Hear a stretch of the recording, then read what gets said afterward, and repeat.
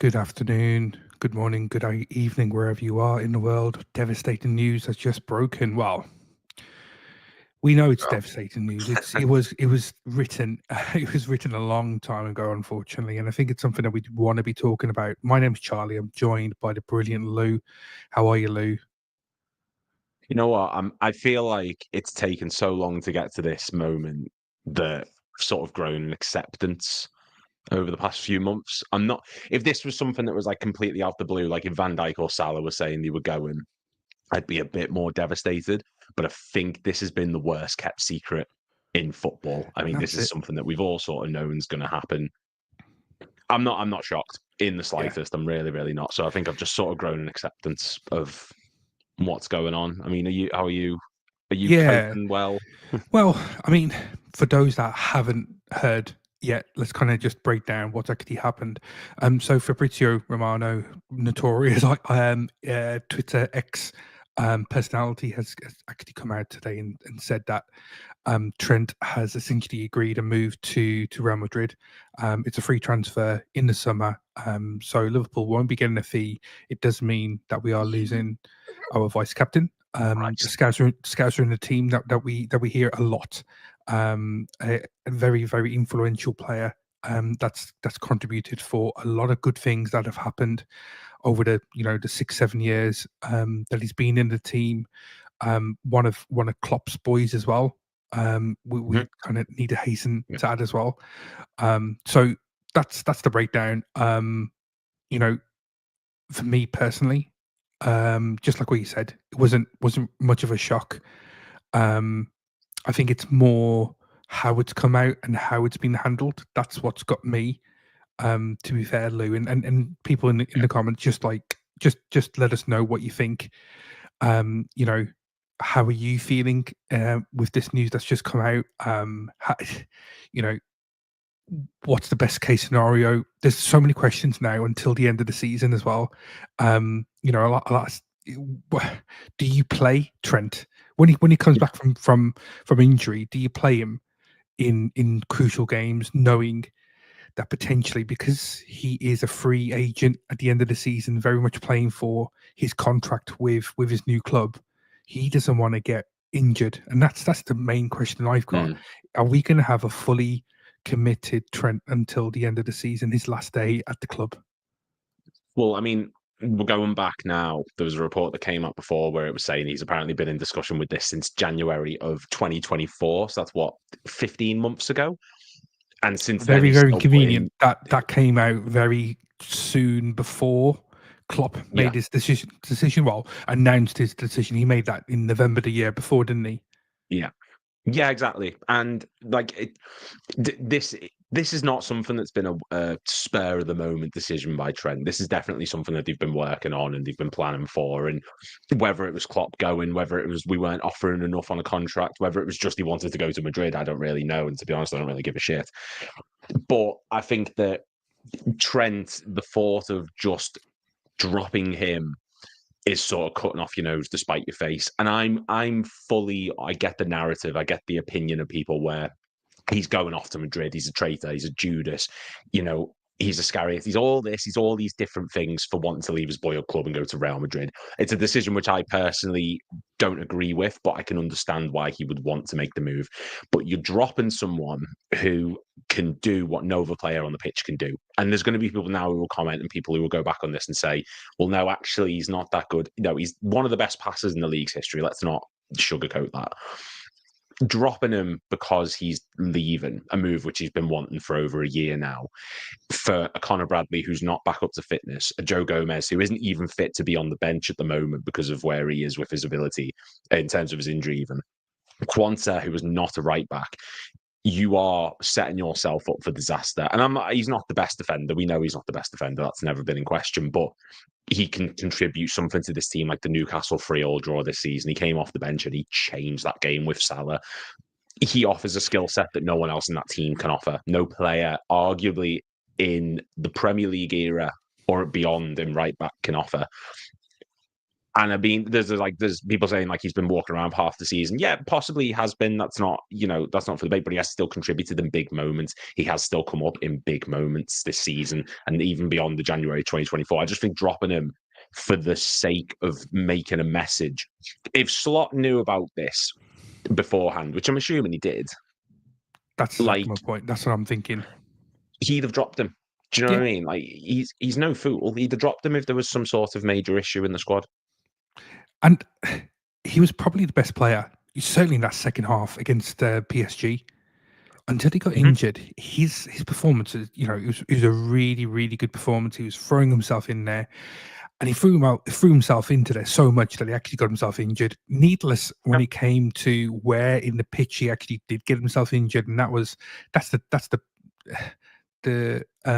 kick to the shin, or in Trent's kind of experiences, it's his ankle, isn't it? So for me, I don't think there's a lack of commitment from Trent, having seen the goals that he scored this season, his celebration certainly from Christmas. The tough schedule that we've had since he came back. He has shown his commitment. He has been really, really good. I think he is improved on the slot, and I think it's a bit of a shame that he's going over to a team who are notorious, not a team, but more of an ideology of their fan base, Okay. who are very, very binary, very black and white. So you are Yeah. either very, very good or very, very bad. And we've seen that with probably one of the greatest players that have ever played the game in Gareth Bale. I really feel that Gareth Bale's been underdone by. He's been so underrated because of the way he was treated at Yeah. Madrid. Um, there was a bit of an attitude problem possibly from Bale, but maybe there's something on the other way around as well, and how the club and how the fans treated him. A few bad performances from Trent where they concede goals, and they've seen before. Mbappe this season, and how he got treated in early stages of the season. This season when he moved in, it is it's just the precedence is there for Yeah. Trent. Now you can either go there and be absolutely fabulous, but when it goes wrong, they will be throwing him under the bus. They'll be getting the white flags out. They'll be 100%. calling for his head, Yeah. and that's the problem. We as a fan base have protected him so much. It also does on the other scale is he goes there and performs, and he is actually acknowledged from the Mhm. wider footballing world, and probably that's one of the reasons why he's gone to Madrid, because it gives him the stature. Because from a Liverpool fan perspective, we can see how good Trent is. He's going Mhm. to the biggest well-known club in the world, being probably a starter, getting accolades from the wider footballing world itself, and that's probably what he wants. That's probably part of the reasons why he's going. Yeah, no, definitely. And look, Trent is, make no mistake, when he goes to Madrid, he is going to be a dot on the mural of Real Madrid. He's not going to stand out in terms of his long-term legacy. Bale won, what, 4 Champions Leagues? And like you said, he's not regarded well, albeit because of things on and off the pitch. But you've got Benzema, who it left and that you just don't hear mention. There's so many players in Madrid's history, like Michael Owen and McManaman, who are just specks of their history. And I think Trent will have the same thing. I don't agree with his decision to leave. I think this was the best place to stay for him. But I think the idea of going to Madrid, you are more likely to get recognised on that sort of global stage if you are at Real Madrid, unless your name's Vinicius Junior for the Ballon d'Or. But hey ho. You are more likely to pretty much win the Champions League each and every season. That's not to diminish us, but Madrid just have a weird thing with the Champions League. You are going to get recognised on a bit more of a global stage, but I don't know if it's the sort of the project they've got at Real Madrid. We're clearly in a great position, and we're going to develop into a fantastic team. We've seen that this season. We're going to go out now, and we're going to hopefully spend X amounts of money on positions we need to. Ancelotti is not going to be there forever, and I think the next person being lined up to come in is probably Xabi Alonso. Yeah, Maybe there's an appeal there. Maybe that's something that's on his mind. Maybe it's playing with Bellingham and Mbappe and all these names and becoming that global superstar. And it is something that a lot of players do consider nowadays as their brand, which I don't agree with. I think football now has become a toxic environment in so many different ways. But there's people saying that we haven't offered him a lot of money.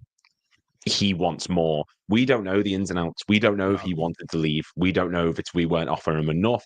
Either way, and I'm not an FSG out. I'm not an FSG person in. I'm just whatever's best for the club, whatever goes Best for the well. club. Yeah. Either way, yeah, the club's the priority. The fact that they've allowed it to get to this stage is awful. And if it's a case of he's turned around and said, well, I want to go regardless of what you've offered, that should have been made apparent a long time ago. The only thing that's making me think is it wasn't, is if Trent was so desperate to leave, I would have rather enforced and facilitated the move last summer and bring in the finances off in which we would have got. But Madrid, he was digging in his heels, from what we understand. He's been waiting until the contract was ran down, and we're losing one of our most valuable commodities financially on and off the pitch for free. And I think that's the thing that's infuriating people the most, is that he's leaving with no benefit for us. We're losing a term that's thrown around, generational talent, someone who's one of our own, someone who's won every single possible trophy and has given us moments that we will remember forever. And we're losing them on a free transfer, just like we did with McManaman. And that's the big thing, is we have nothing to show for this. We've won trophies, absolutely, but we're not recouping anything for him. And we could have used the money from him like we did with Coutinho, like we did with Suarez, like we did with Torres. We could have reinvested that elsewhere in areas where we needed to, but we're getting jack shit for it. And that's the thing that really seems to be winding people up the wrong way. Yeah, so I think there's a couple of things on that. The way I remember McManaman, it's obvious. McManaman at that time probably was the best player in that team, in a poor Liverpool team. It was coming on the back of a difficult Souness era, the issues that we had with the finances, with the clubs, with other clubs, coming up the league. United had won major trophies year in, year out. Arsenal starting to do some business at that point. So for McManaman to leave, okay, right, fine. We probably should have got a fee for him at that point. When it comes to Trent, Trent's probably not in the top. He's not in the top 3 best players at the club. Virgil, Mo, Ali is probably the best 3 players at the club. You could argue McAllister's in there in top 5. Gravenberch this season's probably performed a lot better than the overall output that you get from Trent. So that's 5 players that kind of have outshone Trent. So he's not the best player at the club, and so if he's expecting best player wages, it doesn't quite work, and he's a right back. I've said that for quite a while, and I don't see how we can afford to pay that type of money, Mo's salary, Virgil type salary, to a right back. As good as he is offensively, we don't get the output, the defensive cover that we need for this type of formation, the actual system that Slot is trying to implement. And it's probably better that we have Bradley or someone of that ilk coming in and shoring us up to allow, Gravenberch to play a little bit further forward, if that makes sense, or to ease up the pressure on Canate if he's going to be the right-sided central centre back going forward. There's so many questions that potentially get answered from Trent leaving, and that's the one angle that we could be taking, couldn't we? I guess what it means now, as we've kind of covered already, haven't we? Saying what does it mean for the rest of the season? He's out until April. Pretty much the league could be done at that point, or very close to. So is it a bit of a swan song, fairy tale ending for Trent and his time at Liverpool, or do we, when it comes to pressure, do we still going to persevere? And that's what we're here about, aren't we? I mean, I can't see a world where he does get dropped. I think that's just the sort of, and he's not going to get the big hero goodbye that we saw with like Firmino, Wijnaldum, Origi, even Thiago. Like, he's not going to get that. Let's be completely honest. Why was he crying last year? That's the thing. I don't know. I mean, it probably was because Klopp was going, and Klopp was the one who really introduced him into the first team, and he's been like, he said himself, he's been like a father figure for him. So that's going to be something. He's going to be. It's going to be something on his mind. He's obviously going to be crying about that, but I just don't understand his attitude towards this whole situation. This whole talk.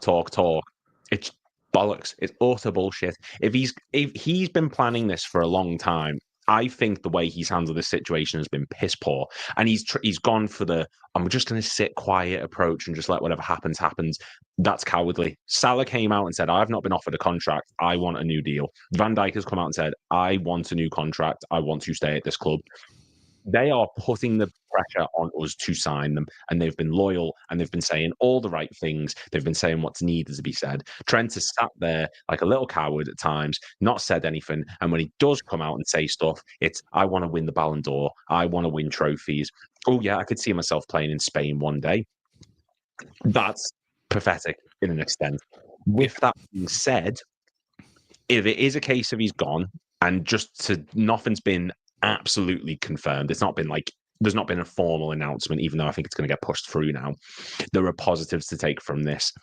I do think that Trent leaving facilitates Van Dijk and Salah's contract announcements being made. I do think they are going to sign new deals. And now that Trent's made his decision according to these reports, those two will get made official. I think they've been waiting on Trent for a long time to announce whether these contracts get done or not. Yeah. But like, he still deserves some sort of farewell, because he's handled this in a shit way, and he's going to Madrid, and he's leaving us on a free, blah blah blah. But he's still given us some of the best moments. There is no Barcelona win with corner taken quickly without Trent Alexander-Arnold. Absolutely. There's no historic moments under the Jurgen Klopp era. We don't win the trophies we do without Trent. And people will say, well, he's not that important. Salah did it, Alisson did it, Van Dijk did it, blah blah blah. Trent has been just as big a part of that for the past decade near. He still deserves some sort of farewell. It's not going to be as loved as it would have been if this was some sort of the club had sold him. It wouldn't be like as big as it would be if this was handled better and it was a different situation. But he does not deserve to just get booed off the pitch. He does not deserve to get dropped from the team. He is still someone who has provided for us over a long period of time, and he's not someone who said, "Nah, down tools, I want to go. Sodgers all, I'm off to Madrid." He's not done that. And he has walked around at points, but he still deserves something, not just to get dumped out like he's no one. Yeah, I agree. I'm with you. We need to remember the good times, as we saw a very, very young man coming to this into this team. I remember his first performance, his first start, when he got substituted off, and Klopp went in for a handshake. Congratulations. And what Trent did was go in for a hug, and I think that's absolutely beautiful moment. It's again, the goals that he scored. I remember going to Anfield and seeing Trent score an absolute screamer against Newcastle a couple of years ago. One of the best goals I've ever seen in my life. I was in the cup, right in line with that hit, and it's absolutely beautiful goal. His first start when he did the free kick goal against Hoffenheim that saw us qualify into the Champions League. Those are really, really important moments for us as a club, and what he's done for us over the years. And we've won everything. People need to remember we've won everything with Trent. The Scouts are in that team, and I think we need to kind of just remind ourselves it's a really short career. These guys and what they get to achieve in that time. Some people are quite happy.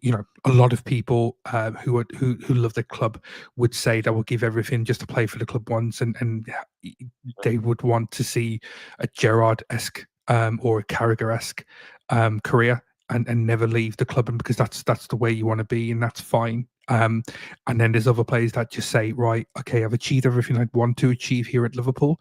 Maybe there's something I want to do elsewhere. Jude is over there and he's loving life. He's my bro and all that jazz. And so there's a bit of camaraderie there that he can go into. So he's not going to feel ostracized from other players straight away, because Jude is already a leader at Real Madrid. You can see that already. So him coming in has the backing in saying, you back my boy, and that's fine. What this means, we'll try to end this up in the next 5 minutes. Who do we get what's the plans from this for the summer? And I mean, I'm really interested to get your thoughts there, Lou, because we haven't really spoken about it before. But who do you get in the summer? Do you stick with Bradley, considering his injury problems that he's had this season, Yeah. or do you think about Frimpong being one? Daniel from our side, he mentioned Hakimi, Pedro Mm, Porro from Spurs, who's a very good right back. yeah. There's other options as well. I mean, what would you do? I mean, I think it depends what route you're going on. Like, Connor Bradley, I think, has warranted a first team spot, but at the same time, if you make Bradley your starter, you need to go out and sign someone who's a backup. You need to sign someone who can deputise for him, Hmm. or you go out and you say, right, we want an established first teamer, but then you knock Connor Bradley onto the back foot, and then he's probably going to want to leave as well shortly after. For me, I think Jeremy Frimpong is the way to go. I just, in an attacking sense, he's superb. Defensively, he's terrific. I think he's the best solution you can get. And we were already going into this window with a sort of a narrative on the whole back line needs shaping up. Simicast will probably be gone. Robertson's winding down. Are we going to get Kirkes? Are we going to get Aiton Yori? Are we going to get Hoyson from Bournemouth? We now have to sign a right back. And for me, I would rather be going out and getting a Frimpong than I would someone else as a backup to Connor Bradley, despite the fact that Bradley has earned the right, I think, to be a first teamer. But I think that's the way to go. I'm not, Porro doesn't interest me personally, but he is very good. Hakimi, it'd be very pricey to get Hakimi. After what he did, Frimpong's my personal choice. Yeah, yeah. After what just Hakimi did at Anfield with the flag, nah, yeah. I don't want that type of energy in the club. No, Um, no, definitely not. yeah, for me, I really like Bradley, but unfortunately, Hmm. Carter, you've kind of called it out. He hasn't really got. Yes, he had a really good season in the championship, but he hasn't, unfortunately, really evidenced the ability to play at this level for with that intensity for a prolonged period of time, and that's my worry. So if we Yeah, kind of put our eggs in one basket with Bradley, then it's a case of, unfortunately, when it happens, not if. And I'm talking about another injury. What does that actually mean? And we're already at the point where Joe Gomez is possibly going to be leaving the club as well in the summer, and so that's a right back option that's going to go. So we already need a centre back. Is that a route to go again? Someone similar to what Joe Gomez can do. So he's a centre back and who can play right back, or do you get a more established right back? Me personally, I agree with you, Lou. I would say let's go and get a more established right back. It would be great to get someone who is very good going forward and very defensively sound, but there's not many around there. no, And if there are, then they're already at very very good clubs, so that's going to require top dollar just to get them out of the club. So there's some really interesting questions that need to be answered by Richard Hughes, and so we'll have to see what actually happens. And I think this is a good point. Stig, thanks for joining us, and a really good comment. Just a reminder, Frimpong has a really really good, very very easily swallowed um release fee. So it's around the 35 mark, which is Liverpool's kind of magic number when it comes to transfers that we've seen in the recent past. So could be something that we go for. And Frimpong does allow us to kind of look at other areas of the pitch without spending too much money, right? yeah, definitely. And I think as well because we're as confident as I am that Van Dijk signs, it's not done. Robertson, as I said, is starting to wind down. There's a lack of leaders in the back at the minute. If Van Dijk goes, that is, you're going to have a lack of leadership. And I think you're going to have a lack of well established players because other than that, the real only ones there would be Canate and Gomez at the minute. So you need people who are ready to come in. It can't be a Yeah. rebuild job. We go back to when we won the league in 1920 and we didn't prepare well enough for the next season and we dropped off a cliff majorly. If we're winning this league and we're going into next season, I don't want it to be a flash in the pan. We need to start thinking, right, we've got to start planning ahead here. Legacy. Yeah. Yeah. And like, you need to bring in established players now, because there's enough youth and enough quality players who can develop into top quality players. Even in midfield alone, like Gravenberch, McAllister, Szoboszlai are still fairly young. You need people like a Frimpong to come in. You need people like a Kerkez to come in. You need people who are going to be ready to go then and there, not long-term projects. And I know that's not FSG's model and blah, blah, blah, but it's something that needs to happen now, because we're losing our vice captain, who there's a debate there of who becomes the next vice captain. We're potentially losing our captain. Alisson's spot isn't guaranteed. Salah could potentially be going. There's a lot of different narratives. You need people who can come in and just go, right, let's go full pelt, hit the ground running. Yeah, yeah. Yeah, we could just keep on talking about this, and I just want to keep on, reiterating there's still a league to win. That's the main focus for Slot and the boys. Yeah. It should be the focus for every Liverpool fan, certainly every other fan that is looking at Liverpool and thinking that we're going to crumble away. We can't let this happen. We just need to make sure that we keep on wrapping up the wins. We're five league games away from winning this league. That's the main thing. That's all I care about. I just want to win the league, and then we can deal with Trent. We can deal with Mo and Verge at the end of the season and see where that takes us, and then all the interesting things that come out in the summer, and seeing what Mickey Edwards comes out with, what Richard Hughes can come out with, and let's see. The main thing is let's just win this league. My name's Charlie. I've just been joined by Lou. Thank you for joining very, very quickly, Lou. I know you're off to do other things, and people just give Lou's channel a quick look. Subscribe, hit those likes, hit the subscribes for this channel as well. Drop your comments. Let's see what you think about what we could bring in the summer, and what your thoughts are. But there'll be more information as that comes out. We'll be here to bring you kind of instant live reactions, and we'll do some more reviews and see what takes us. But yeah, I just want to say thanks for joining us very, very early and in this day. Bit unusual, but we thought it's worthy of a quick reaction video. Yeah, but thank you. Good day.